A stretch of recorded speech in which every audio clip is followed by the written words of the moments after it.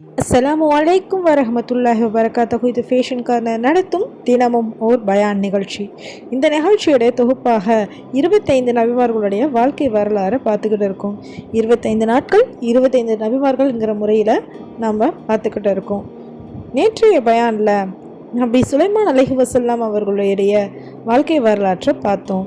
இன்று நாம் பார்க்க போகிறோம் நபியுடைய வரலாறு பார்த்தோன்னா யூசுப் அலைஹி வஸல்லம் அவர்களுடைய வாழ்க்கை வரலாறு தான் பார்க்க போகிறோம் இன்ஷா அல்லாஹ். யூசுப் அலைஹி வஸல்லம் அவங்க பனு இஸ்ராயல் மக்களிலிருந்து வந்த ஒரு பெரிய நபி. அவங்க இவருடைய தந்தை பார்த்தோன்னா யாக்கூப் அலைஹி வஸல்லம் அவர்களும் ஒரு நபி தான். யாக்கூப் அலைஹி வஸல்லம் இஸ்ஹாக் அலைஹி வஸல்லம் அவங்களுடைய மகன். இஸ்ஹாக் அலைஹி வஸல்லம் அவங்க இப்ராஹிம் அலைஹி வஸல்லம் அவங்களுடைய மகன். இதனால் யூசுப் அலைஹி வஸல்லம் அவங்க நபிமார்கள் வழியாக வந்த ஒரு பெரிய குடும்பத்தில் பிறந்தவர். யூசுப் அலைஹி வஸல்லம் அவங்களுக்கு பல மகன்கள் இருந்தாங்க. அதில் மிகவும் நல்ல பண்பும் அழகும் கொண்டவர்களாக யூசுப் அலைஹி வஸல்லமும் புன்யாமீனும் தான் இருக்கிறாங்க. இந்த இருவரும் யாக்கூப் அலைஹி வஸல்லம் அவர்களால் மிகவும் நேசிக்கப்பட்டவர். ஏனென்றால் அவங்க இருவரும் சிறியவர்கள், நல்ல குணம் கொண்டவர்கள், அமைதியானவர்களாக இருக்காங்க. இதனால் மற்ற சகோதரர்களிடையே சில நேரங்கள் பொறாமை ஏற்படுது. யூசுப் அலைஹி வஸல்லம் மிக அழகான ஒரு நபி. இவர் இஸ்லாம் வரலாற்றில் கூறுது, உலக அழகின் பாதி யூசுப் அலைஹி வஸல்லம் அவங்களுக்கு கொடுக்கப்பட்டிருக்கு. ஆனால் மக்கள் அவரை பார்த்து ஆச்சரியப்படுவார்கள். ஆனால் அவர் அழகுடன் மட்டும் இல்லாமல் நல்ல குணமும் இறைபயமும் கொண்டவராக இருக்காங்க. ஒரு நாள் சிறுவனாக இருந்த யூசுப் அலைஹி வஸல்லம் அவங்க ஒரு விசித்திரமான கனவு காண்றாங்க. அதை தன் தந்தை யாக்கூப் அலைஹி வஸல்லம் சொல்கிறாங்க. வாப்பா, நான் கனவுல 11 நட்சத்திரங்களையும் சூரியனையும் சந்திரனையும் எனக்கு முன் சஜ்தா செய்வதுன்றதை போல பார்த்தேன் அப்படின்னு சொல்கிறாங்க. இந்த கனவு சாதாரண கனவு இல்லை. அந்த கனவுடைய அர்த்தம் என்னன்னா, யாக்கூப் அலைஹிஸ்ஸலாம் உடனே புரிந்து கொண்டாங்க அது ஒரு முக்கியமான கனவு. அதில் 11 நட்சத்திரங்கள், அதாவது யூசுப் அலைஹிஸ்ஸலாம் அவருடைய சகோதரர்களை குறிப்பிடுது. சூரியன் தந்தை யாக்கூப் அலைஹிஸ்ஸலாம் அவர்களை குறிப்பிடுது. சந்திரன் தாய் அவருடைய தாயை குறிப்பிடுது. அதாவது ஒரு நாள் அவர்கள் அனைவரும் யூசுப் அலைஹி வஸல்லம் அவர்களுக்கு மரியாதை செய்வார்கள். இதுதான் அந்த கனவுக்குரிய அர்த்தம். யாக்கூப் அலைஹிஸ்ஸலாமுக்கு தெரிஞ்சதும் இந்த கனவை பற்றி மற்ற சகோதரர்களிடம் கேட்டால் அவர்கள் பொறாமைப்படுவார்கள் அப்படின்னு சொல்கிறாரு. அதனால் அவர் சொல்கிறாரு, மகனே, இந்த கனவை உன் சகோதரர்களிடம் சொல்லாதே, அவர் உனக்கு எதிராக திட்டம் செய்யலாம் அப்படின்னு சொல்கிறாரு. இதன் மூலம் யாக்கூப் அலைஹிஸ்ஸலாம் மகனை பாதுகாக்க நினைத்தார். யூசுப் அலைஹிஸ்ஸலாம் அவங்க அவருடைய தந்தை யாக்கூப் அலைஹிஸ்ஸலாம் அவங்க மீது மிகவும் நேசம் கொண்டவராக இருந்தார். அதனால் மற்ற சகோதரர்கள் பொறாமை ஏற்பட்டுருச்சு. ஒரு நாள் அவங்க எல்லாம் ஒன்றாக சேர்ந்து பேசினாங்க. நம் தந்தை யூசுப்பையும் அவன் தம்பி புன்யாமீனையும் தான் அதிகமாக நேசிக்கிறாங்க. யூசுப்பை அகற்றிவிட்டால் பாப்பா நமக்கு திருப்ப கிடைப்பாங்க அப்படின்னு சொல்லிட்டு அவங்க ஒரு பெரிய திட்டம் தீட்டுறாங்க. ஒரு நாள் யூசுப் அலைஹிஸ்ஸலாம் அவங்களுடைய சகோதரர்கள்லாம் யாக்கூப் அலைஹிஸ்ஸலாம் அவங்கள்ட்ட வாப்பா, யூசுப்பை எங்களோட விளையாட அனுப்புங்க அப்படின்னு கேட்குறாங்க. முதல்ல யாக்கூப் அலைஹிஸ்ஸலாம் அவங்க தயங்கிக்கிட்டு சொல்கிறாங்க, நீங்கள் கவனிக்காமல் இருந்தால் ஓனா தாக்கிடுங்கிற பயமாக இருக்குது, நான் அதனால் அனுப்பலை அப்படிங்கிறாங்க. இருந்தாலும் இல்லை பாப்பா, நாங்கள் பார்த்துக்குறோன்னு வற்புறுத்தவும் பாப்பா யூசுப்பை விளையாட அனுமதிச்சாங்க. அவர் சகோதரரிடம் போய் விளையாடுங்க அப்படின்னு சொல்லி அனுப்பி வச்சாங்க. அவங்க யூசுப்பை ஒரு தூரமான இடத்துக்கு அழைத்து சென்றுடுறாங்க. அங்கே ஒரு ஆழமான கிணறு இருக்குது. அங்கே அவங்க யூசுப் அந்த கிணற்றுல தள்ளி விட்டுடுறாங்க. பிறகு சகோதரர்கள் எல்லாம் வீட்டுக்கு போகிறாங்க. வீட்டுக்கு போடவும் யூசுப்போட சட்டை பொய்யான ரத்தம் பூசி கொண்டு வராங்க. அவங்க சொன்னாங்க, யூசுப்பை ஓனாய் சாப்பிட்டு விட்டது அப்படின்னு சொல்கிறாங்க. யாக்கூப் அலைஹிஸ்ஸலாம் அவங்க மிகவும் துக்கம் அடைகிறாங்க. ஆனால் அவர் புரிந்து கொண்டார், இது உண்மை அல்ல அப்படிங்கிறது மட்டும் அவருக்கு புரிஞ்சிச்சு. அவர் சொன்னார், நான் பொறுமையாக இருப்பேன், அல்லாவிடமே உதவி கேட்பேன் அப்படிங்கிறாரு. சகோதரர்கள் யூசுப் அலைஹிஸ்ஸலாம் அவங்கள ஒரு ஆழமான கிணற்றில் தள்ளிவிட்ட பிறகு அந்த ஒரு குழந்தை இருட்டான கிணற்றுக்குள் யாரும் இல்லாமல் இருக்குது. ஆனால் அல்லாஹ் அவரை விட்டு விடலை. அல்லாஹ் அவருக்கு உறுதி கொடுக்குறான், ஒரு நாள் இந்த சம்பவத்தை நீ அவர்களுக்கு நினைவுபடுத்துவாய் அப்படின்னு சொல்கிறான். அப்போ வணிகக்குழு வந்துச்சு. சில நேரம் கழித்து ஒரு வணிகக்குழு அந்த இடத்த கடந்தது. அவங்க தண்ணீர் எடுக்க அந்த கிணற்றுக்குள்ளே கயிறை போடுறாங்க. அது கயிறை இழுக்க கயிறு வெளியே வந்துச்சு. ஆனால் தண்ணீர் வரலை. தண்ணீருக்கு பதிலாக ஒரு சிறுவன் வந்தான். அவன் சொன்னான், என்ன ஒரு மகிழ்ச்சி, இங்கே ஒரு சிறுவன் கிடைத்திருக்கிறான் அப்படின்னு அவர் சொல்கிறாங்க. அந்த தண்ணி எடுக்க போனவங்க அவங்க யூசுப் அலைஹிஸ்ஸலாம் தங்களிடம் கூட்டி கொண்டு போயிடுறாங்க. பின்னர் அவரை மிஸ்ருங்கிற நாட்டுக்கு அழைத்துக்கொண்டு செல்கிறாங்க. அங்கே அவரை அடிமையாக விட்டுறாங்க. மிஸ்ர் நாட்டில் ஒரு பெரிய அதிகாரி யூசுப் அலைஹிஸ்ஸலாம் அவங்கள வாங்கினாங்க. அவர் தன் மனைவியிடம் சொன்னாங்க, இந்த சிறுவனை நன்றாக கவனித்துக்கொள், ஒரு நாள் அவன் நமக்கு பயனளிக்கலாம் அப்படின்னு சொல்கிறாங்க. அவருக்கு தெரியல அந்த சிறுவன் ஒரு நாள் அந்த நாட்டுடைய பெரிய அமைச்சராக ஆகப்போகிறான்னு. ஆனால் அவர் அவர் மனைவிட்ட இந்த ஒரு வார்த்தையை சொல்கிறாங்க. அங்கே எல்லாருக்கும் யூசுப் அலைஹிஸ்ஸலாம் அவர்களுடைய நல்ல குணம், நேர்மை, பணிவு, நல்ல நடத்தை எல்லாமே அவங்களுக்கு ஆச்சரியப்படுத்தும்படி இருந்துச்சு. அதிகாரியுடைய மனைவி யூசுப் அலைஹிஸ்ஸலாம் அவங்களுடைய அழகை பார்த்து தவறான செயலுக்கு அழைக்கிறாள். ஒரு நாள் வீட்டில் யாரும் இல்லாத நேரத்தில் அவள் கதவுகளை மூடினாள். பிறகு சொன்னால், என்னிடம் வா அப்படின்னு சொல்கிறாள். யூசுப் அலைஹிஸ்ஸலாம் அவங்க உடனே சொல்கிறாங்க, அல்லாஹ் என்னை காப்பாற்றட்டும், என் எஜமானர் என்னை நல்ல முறையில் வைத்திருக்கிறார், நான் தவறு செய்ய மாட்டேன் அப்படின்னு சொல்கிறாங்க. யூசுப் அலைஹிஸ்ஸலாம் அந்த பாவத்தை செய்கிறதுக்கு மறுத்தாங்க. அவர் கதவை நோக்கி ஓடினாங்க. அவள் அவரை பிடிக்க முயன்றதால் அவரோட சட்டையோட பின்புறம் கிழிந்தது. அந்த நேரத்தில் கதவு திறந்தது. அங்கே அஜீஸ், அதாவது அந்த எஜமானர் வந்தார். அஜீஸுடைய மனைவி தன் தவறை மறைக்க யூசுப் அலைஹிஸ்ஸலாம் மீது குற்றம் சுமத்துறார். ஆனால் ஒரு சாட்சி சொன்னது, சட்டை முன்புறம் கிழிந்திருந்தால் யூசுப் தவறு செய்திருந்தார், சட்டை பின்புறம் கிழிந்திருந்தார் அவர் நிரபராதி, சட்டம் பின்புறம் கிழிந்ததுனால யூசுப் அலைஹிஸ்ஸலாம் நிரபராதின்னு தெரிய வந்தது. பின்னர் இந்த பெண் மற்ற பெண்களை வீட்டுக்கு அழைத்தால் யூசுப் அலைஹிஸ்ஸலாம் அவர்களை பார்க்க சொன்னால் அவரை பார்த்தோன்னே அந்த பெண்களும் ஆச்சரியப்பட்டாங்க. அவர்கள் பழம் வெட்டி கொண்டிருந்த போது தங்களது கைகளை தாங்களே வெட்டி கொண்டாங்க. அவர்கள் சொன்னாங்க, இவர் மனிதர் அல்ல, இவர் ஒரு உயர்ந்த மலக்கு போல இருக்கிறாரு அப்படின்னு சொல்கிறாங்க. அஜீஸுடைய மனைவியோட சம்பவம் மிஸ்ர் நாட்டில் பரவ ஆரம்பிச்சிடுச்சு. நகரத்தில் இருந்த பெண்கள்லாம் பேச ஆரம்பிச்சிட்டாங்க. ஒரு பெரிய அதிகாரியோட மனைவி தன் வீட்டில் இருக்கும் இளைஞனை விரும்புகிறாள் அப்படின்னு கேட்குது. இதை கேட்ட அந்த பெண் கோபமடைந்தாள். அதனாலேயே, இதற்காகத்தான் நீங்கள் என்னை குறை சொன்னீங்க, நான் அவரை அழைத்தேன், ஆனால் அவர் மறுத்துட்டார், ஆனால் அவர் மீண்டும் மிரட்டுறா, அவர் என் சொல்லை கேட்கவில்லை என்றால் அவர் சிறைக்கு அனுப்பப்படுவார் அப்படின்னு சொல்கிறாங்க. அப்போது யூசுப் அலைஹிஸ்ஸலாம் அவங்க சொல்கிறாங்க, அல்லாஹ்விடம் துவா செய்கிறாங்க, என் இறைவா, அவர்கள் அழைக்கும் பாவத்தை விட சிறை எனக்கு சிறந்தது அப்படின்னு சொல்கிறாங்க. அல்லாஹ் அவருடைய துவாவை ஏற்றான், சிறைக்கு அனுப்பப்பட்டது. அதனால் யூசுப் அலைஹிஸ்ஸலாம் அவங்க சிறைக்கு அனுப்பப்பட்டாங்க. அவர் எந்த தவறும் செய்யவில்லை, ஆனால் ஒரு நிரபராதி சிறையில் இருக்கிறாரு. அதனால் அவர் மனம் உடையலை. அவர் சிறையில் இருந்த போதும் யூசுப் அலைஹிஸ்ஸலாம் நல்லதையே போதித்தார். அவர் கைதிகளுக்கு அல்லாஹ்வின் ஒருமையை பற்றி சொன்னார்.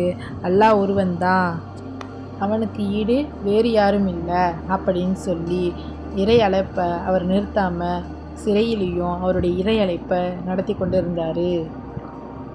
நாள் 2 கைதிகள் தங்கள் கனவை யூசுப் அலைஹிஸ்ஸலாம் அவங்கள்ட்ட சொல்கிறாங்க. அதில் ஒருவர் சொல்கிறாரு, நான் திராட்சை சாறு பிழிக்கிறேன் அப்படின்னு கனவு கண்டேன் அப்படின்னு சொல்கிறாரு. இன்னொருத்தவர் சொல்கிறாரு, என் தலையில் ரொட்டி இருக்குது, அதை பறவைகள்லாம் தின்று கொண்டு இருக்கிறது, அந்த மாதிரி நான் கனவு கண்டேன் அப்படின்னு இருவரும் தான் கண்ட கனவை சொல்லிக்கிட்டு இருக்காரு. அதுக்கு யூசுப் அலைஹிஸ்ஸலாம் அதோடைய விளக்கத்தை சொல்கிறாரு. இதோட விளக்கம் என்னன்னு பார்த்தோன்னா, ஒருவர் விடுதலை பெற்று அரசருக்கு சேவை செய்வார், மற்றொருவர் மரண தண்டனை பெறுவார் அப்படின்னு சொல்கிறாங்க. அதே மாதிரியே ஒருவர் அரசருக்கு சேவை செய்கிறாரு, இன்னொருத்தவர் மரண தண்டனையும் பெறுறாரு. பின்னர் அப்படியே நடந்துச்சு அவர் சொன்ன மாதிரியே. அதன் பிறகு ஒரு நாள் மிஸ்ர் நாட்டில் அரசர் ஒரு விசித்திரமான கனவு காண்றாரு. அது என்ன கனவுனா, 7 குண்டான மாடுகளை 7 ஒல்லியான மாடுகள் சாப்பிடுது. இப்படி ஒரு கனவுனும், அதுக்கு பிறகு 7 பசுமையான தானியங்கள் காண்றாரு, 7 உலர்ந்த தானியங்கள் காண்றாரு. இந்த கனவை அரசருக்கு மிகவும் குழப்பமாக இருக்குது. ஏன் இந்த கனவு நமக்கு வந்துச்சு அப்படின்னு ஒரு குழப்பமாக இருந்துச்சு. இதை அங்கே அரசவர் அறிஞர்கள், ஜோதிடர்களை அழைச்சி கேட்குறாரு, ஏன் இந்த மாதிரி கனவு என்ன, இந்த கனவோட அர்த்தம் என்ன அப்படின்னு கேட்குறாரு. ஆனால் யாராலையும் சரியாக விளக்கம் சொல்ல முடியல. அவங்க சொல்கிறாங்க, இது ஒரு குழப்பமான கனவுன்னு சொல்லிடுறாங்க. அந்த நேரத்தில் சிறையில் இருந்த ஒரு மனிதன் நினைக்கிறான். அவன் ஒரு காலகட்டத்தில் யூசுப் அலைஹிஸ்ஸலாமுடன் சிறையில் இருந்தவன். அவன் சொல்கிறான், இந்த கனவின் அர்த்தத்தை நான் சொல்லித்தரக்கூடிய ஒருவரே அறிவார் அப்படின்னு சொல்கிறான். உடனே யூசுப் அலைஹிஸ்ஸலாம் அவங்கள காண போகிறாங்க. போய் யூசுப் அலைஹிஸ்ஸலாம் அவங்கள்ட்ட அந்த கனவை சொல்கிறாங்க. யூசுப் அலைஹிஸ்ஸலாம் உடனே அந்த அர்த்தத்தை கூறுறாங்க. 7 வருடங்கள் நல்ல விளைச்சல் இருக்கும், அதன் பிறகு 7 வருடங்கள் கடும் பஞ்சம் வரும். அவர் ஒரு அறிவுரையும் கூறினார். நல்ல விளைச்சல் இருக்கும் காலத்தில் தானியங்களை சேமித்து வச்சுக்கொள்ளுங்க, அப்படி செஞ்சால் பஞ்ச காலத்தில் மக்கள் காப்பாற்றப்படுவாங்க அப்படின்னு சொல்கிறாரு. அந்த செய்தியை அரசரிடம் சென்றது. அரசர் மிகவும் ஆச்சரியப்பட்டார். அவர் உடனே சொன்னார், அந்த மனிதனை என்னுன் கொண்டு வாருங்கள் அப்படின்னு சொன்னாங்க. இங்கிருந்து தான் யூசுப் அலைஹிஸ்ஸலாம் அவர்கள் பெரிய மாற்றம் ஆரம்பமாகிறது. சிறையில் இருக்கும் யூசுப் அலைஹிஸ்ஸலாம் அவங்கள விடுவிக்கிறாங்க. ஆனால் அவர் உடனே வெளியே வர மறுக்கிறாரு. அவர் ஒரு விஷயத்தை முதல்ல செய்ய சொல்கிறாரு. முதல்ல அந்த பெண்கள்கிட்ட செய்த விஷயம் பற்றி விசாரிங்க. அதாவது அஜீஸ் மனைவி செய்த பொய் குற்றம் அனைவருக்கும் தெரிய வேண்டும்னு அவர் விரும்பினார். அரசர் பெண்களை அழைத்து கேட்டார். அவர்கள் சொன்னார்கள், யூசுப் எந்த தவறும் செய்யவில்லை. அப்போது அஜீஸ் மனைவி உண்மையை ஒப்புக்கொண்டாள். அவள் சொன்னாள், உண்மை வெளிவிட்டது, தவறு செய்தது நான் தான் அப்படின்னு சொல்லிட்டான். இப்போது யூசுப் அலைஹிஸ்ஸலாம் அவங்க நிரபராதி என்பது எல்லாருக்கும் முன்னாடியும் தெரிஞ்சிடுச்சு. அதற்கு பிறகு அரசர் யூசுப் அலைஹிஸ்ஸலாம் அவங்கள அழைத்தாங்க. அவரை மதித்தாங்க. அதுக்கு யூசுப் அலைஹிஸ்ஸலாம் அவங்க சொல்கிறாங்க, நாட்டின் பொருளாதார பொறுப்பை எனக்கு கொடுங்க, நான் அதை பாதுகாப்பாக கவனிப்பேன் அப்படின்னு சொல்கிறாங்க. அரசர் அந்த பொறுப்பை அவருக்கே கொடுக்குறாங்க. இப்போது ஒரு காலத்தில் கிணற்றில் தள்ளப்பட்ட சிறுவன், ஒரு காலத்தில் சிறையில் இருந்த மனிதன் இப்போது மிஸ்ர் நாட்டின் பெரிய அமைச்சராக இருக்கிறாரு. யூசுப் அலைஹிஸ்ஸலாம் அவங்க நாட்டின் பொருளாதார பொறுப்பாளராக ஆன பிறகு அவர் கூறியபடி தானியங்கள் சேமிக்கப்பட்டுச்சு. சில வருடங்கள் கழிந்தது. கடுமையான பஞ்சம் வந்தது.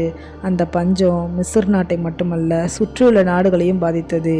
யூசுப் அலைஹிஸ்ஸலாம் அவர்கள் சகோதரர்கள் உணவு வாங்க மிஸ்ர் நாட்டுக்கு வந்தாங்க. அவர்கள் யூசுப் அலைஹிஸ்ஸலாம் முன் நின்றாங்க. ஆனால் அவர்கள் அவரை அடையாளம் காணவில்லை. ஏனென்றால் பல வருடங்கள் கடந்து விட்டது. யூசுப் அலைஹிஸ்ஸலாம் அப்போது ஒரு பெரிய அதிகாரி. ஆனால் யூசுப் அலைஹிஸ்ஸலாம் அவங்கள உடனே அடையாளம் கண்டுட்டாரு. யூசுப் அலைஹிஸ்ஸலாம் அவங்கள்ட்ட கேட்குறாரு, உங்களுக்கு இன்னும் ஒரு தம்பி இருக்கிறானா? சொல்கிறாங்க, ஆம், எங்களுக்கு ஒரு தம்பி இருக்கிறான். அப்போது யூசுப் அலைஹிஸ்ஸலாம் அவங்க சொல்கிறாங்க, அடுத்த முறை வரும்போது அவனையும் கொண்டு வாருங்கள், இல்லையெனில் உங்களுக்கு தானியம் கிடைக்காது அப்படின்னு சொல்லிடுறாங்க. அவர்கள் திரும்பி அவங்க நாட்டுக்கு செல்கிறாங்க. யாக்கூப் அலைஹிஸ்ஸலாம் அவங்கள்ட்ட சொல்கிறாங்க, அடுத்த முறை புன்யாமினையும் கூட்டி வர வேண்டும் அப்படின்னு சொல்கிறாங்க. முதலில் யாக்கூப் அலைஹிஸ்ஸலாம் அவங்க தயங்குறாங்க. ஏனென்றால் யூசுப் அலைஹிஸ்ஸலாம் சம்பவம் அவருக்கு நினைவில் இருந்தது. ஆனால் பஞ்சம் காரணமாக இறுதியில் அவர் அனுமதி கொடுத்தார். யூசுப் அலைஹிஸ்ஸலாம் சகோதரர்கள் மீண்டும் மிஸ்ர் நாட்டுக்கு வந்தாங்க. இந்த முறை அவர்கள் தங்கள் தம்பியுடன் புன்யாமினுடன் கூட்டி வந்திருக்காங்க. யூசுப் அலைஹிஸ்ஸலாம் தனது தம்பியை பார்த்ததும் மிகவும் மகிழ்ந்தார். அவர் ரகசியமாக புன்யாமினிடம் சொன்னார், நான் தான் உன் அண்ணன் யூசுப் அப்படின்னு. பிறகு யூசுப் அலைஹிஸ்ஸலாம் அவங்க ஒரு திட்டம் செஞ்சாங்க. அதில் அவருடைய அரசருடைய கிண்ணத்தை தங்க கிண்ணத்தை புன்யாமினுடைய பையில் வைக்கிறாங்க. பிறகு அறிவிப்பு வந்தது, அரசருடைய கிண்ணம் காணவில்லைன்னு. அனைவரும் பைகளே சோதிக்கப்பட்டாங்க. இறுதியில் அது புன்யாமினுடைய பையில் தான் கிடைத்தது. அதனால் புன்யாமின் மிஸ்ரில் தங்க வேண்டும் என்ற தீர்மானிக்கப்பட்டது. யூசுப் அலைஹிஸ்ஸலாம் அவங்களுடைய சகோதரர்கள் மிகவும் கவலைப்பட்டாங்க. அவங்க சொன்னாங்க, அவருக்கு பதிலாக எங்களில் ஒருவரை எடுத்துக்கொள்ளுங்கள் அப்படின்னு. ஆனால் அது முடியலை. அவங்க தந்தையை நினைத்து அழுது கொண்டு இருக்கிறாங்க. இறுதியில் யூசுப் அலைஹிஸ்ஸலாம் உண்மையை சொன்னார். அவர் கேட்டார், நீங்கள் யூசுப் மற்றும் அவன் தம்பியிடம் என்ன செய்தீர்கள் என்று நினைவிருக்கிறதா அப்படின்னு கேட்டாங்க. அவங்க அதுக்கு அதிர்ச்சியாக நிற்கிறாங்க. நீங்கள் யூசுப் தானே அப்படின்னு கேட்கவும் அதுக்கு அவங்க சொன்னாங்க, ஆம், நான் தான் யூசுப்னு அவர் சொல்கிறாரு. சகோதரர்கள் மிகவும் வெட்கப்பட்டாங்க. அவங்க சொன்னாங்க, நாங்கள் தவறு செய்தோம். ஆனால் யூசுப் அலைஹிஸ்ஸலாம் சொன்னாங்க, இன்று உங்களுக்கு எந்த குற்றமும் இல்லை, அல்லாஹ் உங்களை மன்னிப்பான் அப்படின்னு சொல்கிறாங்க. பின்னர் யூசுப் அலைஹிஸ்ஸலாம் அவங்க தன் சட்டையை தந்தைக்கு அனுப்பினார். அந்த சட்டை முகத்தில் வைத்ததும் யாக்கூப் அலைஹிஸ்ஸலாம் அவங்களுடைய பார்வை திரும்பிடுச்சு. யாக்கூப் அலைஹிஸ்ஸலாம் அவங்களுக்கு தன் மகன் காணவில்லைங்கிற செய்தியை கேட்டோன்னே அவருக்கு கண் பார்வை போயிடும். இப்போ மகன் கிடைத்துட்டாங்கிறது அந்த சட்டையை முகர்ந்தோன்னே அவருக்கு கண் பார்வை திரும்பவும் வந்துவிட்டது. அதுக்கு பிறகு எல்லாரும் மிஸ்ர் நாட்டில் ஒன்றாக சேர்ந்தாங்க. அப்போது யூசுப் அலைஹிஸ்ஸலாம் அவங்க சின்ன வயதில் கண்ட கனவு இப்போது உண்மையாகிவிட்டது. கனவு என்ன நினைவிருக்கிறதா? 11 நட்சத்திரங்கள், ஒரு சூரியன், ஒரு சந்திரன் அவருக்கு சுஜூது செய்யும்படி கண்ட கனவு இன்று நிறைவேறியது. யூசுப் நபி வரலாற்றில் நாம் கற்றுக்கிட்ட பாடம் என்னன்னு பார்த்தோன்னா, பொறுமை இருந்தால் அல்லாஹ் நம்மளை உயர்த்துவான். சோதனைக்கு பிறகு தான் நன்மை வரும். மன்னிப்பு மிகப்பெரிய பண்பு. அல்லாஹ்வுடைய திட்டம் எப்போதும் சிறந்தது. இதுதான் யூசுப் அலைஹிஸ்ஸலாம் அவர்களுடைய முழு வாழ்க்கை வரலாறு. அல்லாஹ் நாளை நபி ஐயூப் அலைஹிஸ்ஸலாம் அவர்களுடைய வாழ்க்கை வரலாற்றுடன் உங்களை நான் சந்திக்கிறேன். அஸ்ஸலாமு அலைக்கும் வரஹ்மத்துல்லாஹி வபரகாத்துஹு. இந்த பயான் உங்களுக்கு பயனுள்ளதாகவும் பிடித்ததாகவும் இருந்துச்சுன்னா லைக் பண்ணுங்கள், ஷேர் பண்ணுங்கள், சப்ஸ்கிரைப் பண்ணுங்கள். மறக்காமல் அந்த பெல் ஐக்கானை ப்ரெஸ் பண்ணிடுங்க.